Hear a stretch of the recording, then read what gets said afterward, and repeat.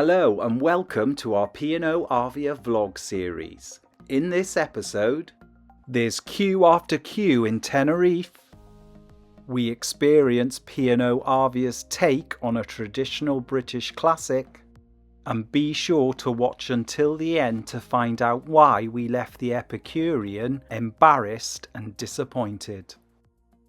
Hello and welcome to Tenerife. Yep, Santa Cruz, here we are, and it's not looking like a bad day really. No, it's nice that it's warm again, isn't it? So, definitely. First things first, we popped for a bit of breakfast, didn't we? Yeah, we went to the Keys again just because we know how efficient it is. The Keys has got 3 food outlets, and during the mornings they're all sort of adapted and suited for breakfast. So one, you can get your pancakes and waffles. You can also get eggs from another vendor and also a full English. Yeah, makes it so much easier, doesn't it? There's teas, coffees, pastries also available. Really easy. Yeah, so if you want to avoid the hustle and bustle of the buffet, that's exactly where you go, and that's exactly what we did. Yeah, so it meant really quick breakfast, in and out, and then we were off to explore. Before we got off the ship, we went and grabbed ourselves some coffees from Costa's down on from the Vista Caf down on deck 6, and then we headed to the aft of the ship because we could see that there were a number of ships in port. Yeah, so in port today was Norwegian Sun and Fred Olsen Borealis. So nice to see a couple of ships, but we knew the port was going to be busy. Very busy. There was another large ship in port, and it was the same class as Arvia, and that was Ada Nova, wasn't it? It was, yes. So lots and lots of people in port today. Very busy. After our coffees on the aft of Arvia on deck 8, we then basically made our way to the gangway to get off. And what we were greeted with was an absolutely huge queue for the shuttle bus. Yeah, so much that we didn't actually get on the bus in the end, did we? And we walked into town instead. From where we were docked, it was around about a 20-minute walk out of the port, and it gave us the opportunity just to get a closer look at all of these ships that were also docked. Yeah, tempting us onto other ships, isn't it, really? So, lots of other ships there, as we said, and it meant we could get close up, and it was quite a nice stroll, and in quite warm weather. Yeah, so there's a designated walking path that you're not supposed to sort of deviate from because it is a full working port. And what we also noticed was there were lots and lots of shops as you were walking through, wasn't it?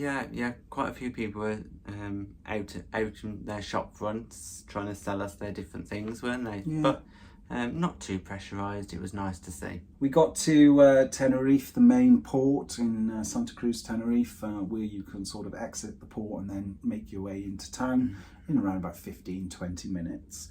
There are lines on the floor that guide you to the city centre, and also it's well signposted, but we did end up sneaking up a lift, didn't we, to get away from the crowds somehow. But they are rebuilding the terminal area a little bit, aren't they? So there was quite a lot of work going on. Yeah. When we reached Santa Cruz itself, the first thing we came across was a little market, wasn't it? Yeah, it was lovely, really. The market was in a little park. There was a little water fountain, lots and lots of different stalls. Craft market type of thing, really, wasn't it? So lots of jewellery. Ornaments. Yeah, just bits and bobs, really. I think it was there for Christmas. I don't think it's there all the year round. Yeah, we continued to follow the signs for the main city centre and came across Santa Cruz's shopping street. Again, really good for shopping if that's what you sort of like to do once you get off ships. So pretty much all of the popular high street brands are available. We didn't buy anything. We just had a little walk. No, we weren't there for shopping at all, were we? We just wanted to have a little look around the area, so we carried on.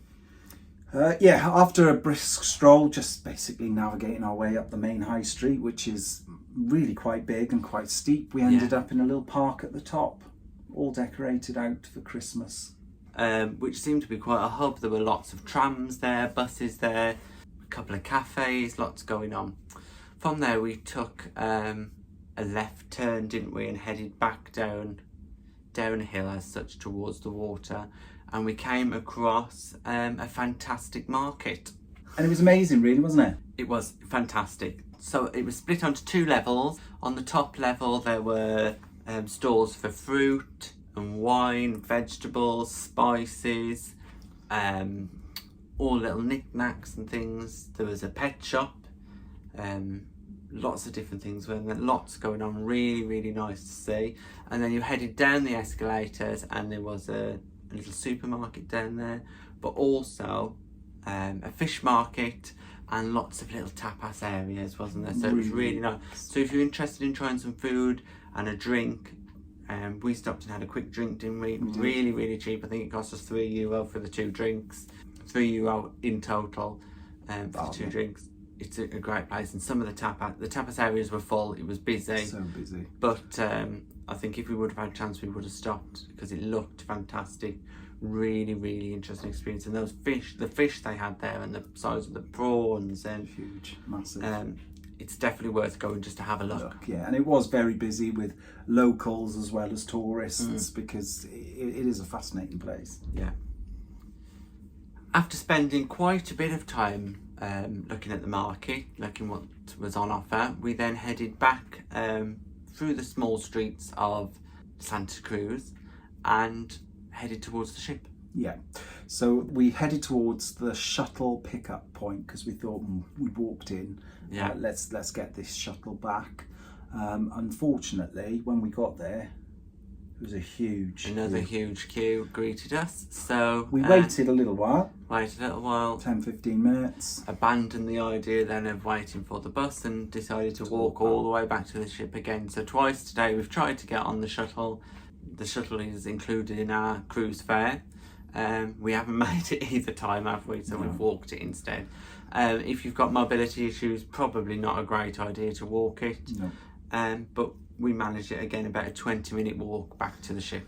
Once back on board the ship, we headed to grab something to eat, and we opted to go to the Keys again. So back to the Keys, yeah, because we hadn't actually tried all the offerings the Keys had in the day. We've been there for breakfast, like we said a couple of times, but we really wanted to try their Yorkshire pudding offerings, didn't we? Yes, we did. So I had a filled Yorkshire pudding with a roast dinner inside the Yorkshire pudding, which was actually quite nice. The potato was probably a little bit hard, but everything else, it was good, really good tasting. I opted to go for the Yorkshire wrap. So essentially it's a Yorkshire pudding with roast chicken, all vegetables wrapped in a Yorkshire pudding, and it was lovely. Yeah. So they give you a number of sides to choose from. So we had gravy, stuffing balls, roast potatoes, as Tom said, and some cauliflower cheese. Yeah. So the cauliflower cheese and roast potatoes did look like they'd been left out a while, didn't they? So they were quite dried out. But the meals itself were good, and these meals do rotate, so it's different meats on offer every day.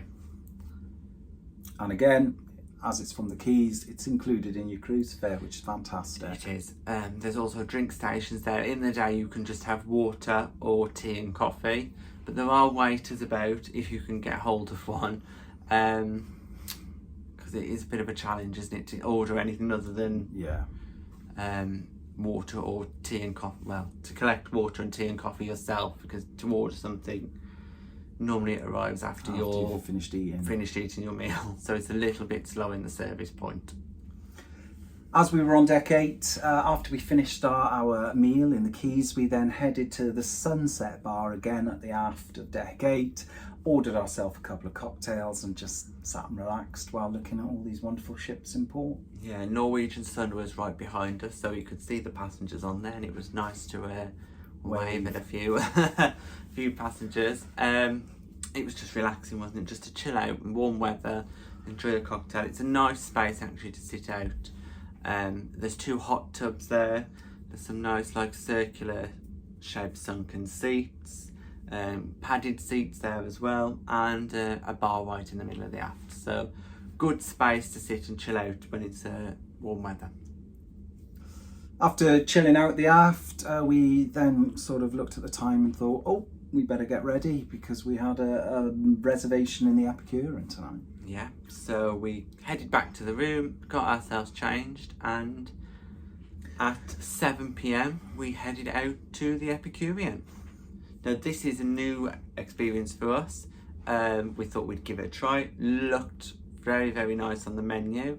People have said how good it was, so we were really looking forward to it. Yeah, the Epicurean is up on deck 17, just next to the Crow's Nest, and it's a beautiful venue, isn't it? Beautiful, really nice up there. Laid out the colour schemes and just the fact that they've got these wonderful windows that look out. Really, really nice venue. Mm-hmm. So we were sat probably roughly in the middle at the back of the venue, weren't we? Yeah. And we were given our menu. It was great. We ordered our meal, our drinks, and the first thing to arrive was our artisan bread selection. Yes, and the breads were nice. They gave us a selection of artisan breads and they were lovely. With the breads came two types of butter, wasn't it? Yep. So you had unsalted butter and a Marmite butter, which was quite interesting. You loved the Marmite butter. Absolutely, I loved the Marmite butter. As it goes with Marmite, I hated it. You either love it or hate it. Marmite's not for me, so I stuck to the plain unsalted butter. But the breads were beautiful. It was nice to actually try a different type of bread, because the bread selection in the main dining room has been a bit lacking, really, hasn't it? Okay, so after the bread, we were given a amuse-bouche, which was a virgin pina colada. Fab, really tasty, wasn't it? The best amuse-bouche we've had on you so far. It was, and we've had a few now, haven't we? Yeah, really, really good. Very nice. Impressed so far, but things were about to take a little turn for the worst, weren't they? Yes, they were. So between then and receiving our starter, we probably waited about 40 minutes. Wasn't good at all. We were sat there and it was a bit just waiting and waiting and waiting. The restaurant, just for context, was not full. It was probably about half full. So we don't really know what had happened, really. Our starter then arrived. For starters, I had ox cheek on a bone boat. Interesting.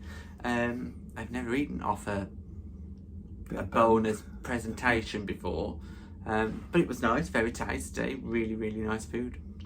And I opted to have the chicken and mushroom mousseline. Yeah. So essentially it was a piece of chicken and mushroom with some chicken liver pate and pistachio topping. Unusual, but that's what the Epicurean is about. Takes traditional foods and makes a little spin on them. It was really, really tasty. The pate was beautiful. Good. So starter was tasty, but there was a bit of a wait.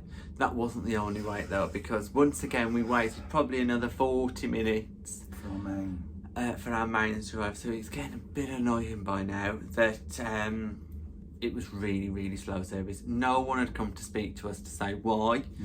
No one had come to apologise. They just kept saying, it'll be there soon. It's on the way. It's on the way. But it didn't appear to be on the way, did it?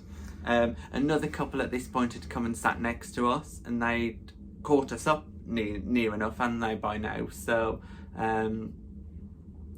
it was very, very slow service, wasn't really it? Slow, really disappointing, because they sort of advertise themselves as food and the service, don't they? Yeah, the service was not just there. Wasn't there.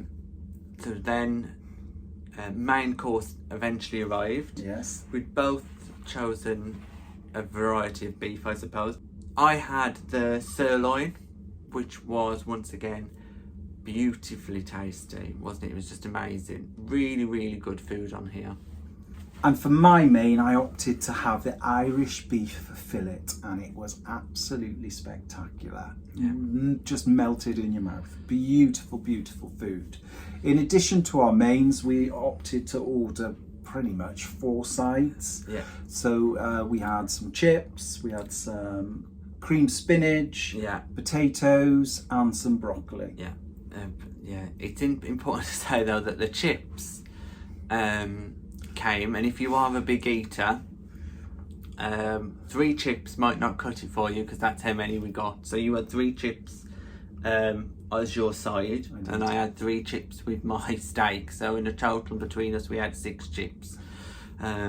They were quite thick cut chips. Thick cut, 3 chips each. 3 chips each. But tasty. Yeah. So if you are a big eater, bear that in mind. You might want to order 2 or 3 or 4 or 5 sides of chips just to get a decent amount. Then we ordered our dessert, and again waited and waited. It was probably about half an hour then before we got our dessert. Yeah. I had the chocolate cheesecake. It was fantastic, beautiful. As you know, we love everything chocolatey. Well, I do, and it certainly satisfied me. And I opted to go for one of my favourite snacks, but this time in, I suppose, adult size, the Belgium chocolate Jaffa cake. So those of you that don't know what Jaffa cake is, it's pretty much orange jelly with a bit of cake dipped in chocolate. And it was really, really nice. The only criticism was there was a lot of orange jelly in this large Jaffa cake, but it was very, very tasty. Yeah, so it was called some half moon, wasn't it? Half moon, yeah. Half moon of Jaffa cake. And if you know about Jaffa cakes, you understand that why it's called half moon. Full moon, half moon, total eclipse. Yeah. And that was really the end of our meal, wasn't it? So 3 hours. 3 hours in there, which was a lot more than we'd planned. We'd planned to go to the 8:30 show that had long been and gone, and we then went to leave. We just thought, oh, that was it. That was it. We got halfway across the restaurant and we were told quite abruptly, weren't we, to stop and sit down and a random table in the middle. You must not go any further. By now, everybody was looking at us, thinking, what are they doing? We were quite embarrassed by it, and what it was is they wanted us to sign a receipt to say that we'd been in there. Why they couldn't wait till we got to the desk to do that, I don't know, because there's a desk at the entrance where you meet the head waiter, maitre d', whoever it may be. So why they couldn't have waited to that? So it was quite an embarrassing incident, wasn't it? It was. So not a great experience in Epicurean. Food, amazing, fantastic. The service was not good at all. No. We never had an explanation as to why it was so slow. They didn't know, did they really, when we asked them what was going on? They said, oh, we think it's some technical difficulty. I don't know how technical difficulty slowed down the food, but apparently it did. So yeah, food great, service terrible. Not a good experience in Epicurean at all. So disappointing, because we had really high hopes for it. And it is one of the more expensive specialty restaurants on board at £30 per head. Yeah, and it was not good. No. As we missed the show, we then headed down a few decks to Anderson's. So Anderson's is located on deck 6, and we haven't really been in there since the first day. No. So it's quite nice to sit in there because it's a nice, chilled, relaxed sort of atmosphere. No overpowering music, no live music at all, really, isn't it? No. All the waiters look quite nice. They've got like Peaky Blinder style caps on and things. So great little atmosphere in there. They've got like artificial fireplace that gives it quite a nice vibe. And we had a couple of gins there, didn't we? We did. Great place to sit for a little while and just perhaps calm down and relax after our Epicurean incident. It was now time to head to the 10:30 show, as we just said, we missed the 8:30 performance. Today should have been Tom Ball in the theatre, but there's been delays with his flight or something for him getting on board. We had Tesney Jones instead of Tom Ball, and she was fantastic, wasn't she? She was absolutely incredible. She was really good the first time that we went and saw her, and equally as good this time. Really, really powerful vocals. Really enjoyed her style of music that she sang. It was just really, really good show. Highly recommend. Highly recommend seeing her. Yeah, fantastic. Once the show had finished, we then made our way up to the Crow's Nest. It's a nice little spot. If you're lucky enough, you can get a nice little window seat. So we headed up to the Crow's Nest and just enjoyed the evening with a couple of cocktails. There's a fantastic pianist up there. She does a few songs. Some she plays instrumental. Really nice vibe, really chilled. Really enjoyed our time up there, didn't we? We did. And that's pretty much where we ended our evening. Because we didn't finish eating until, well, near 10 o'clock, we were both still quite full. Yeah. So no midnight buffet tonight. No midnight buffet today. We just headed straight to bed. Thanks for watching our day in Santa Cruz de Tenerife. If you've got any comments, just pop them in the box below and we'll get back to you. And please don't forget to like and subscribe. Thanks for watching. Bye. Thanks for watching. We've got lots more content available on our YouTube channel, so press that subscribe button. If you're interested in receiving daily updates, we're available on most social media platforms. Just search for Tom and Dom Travel.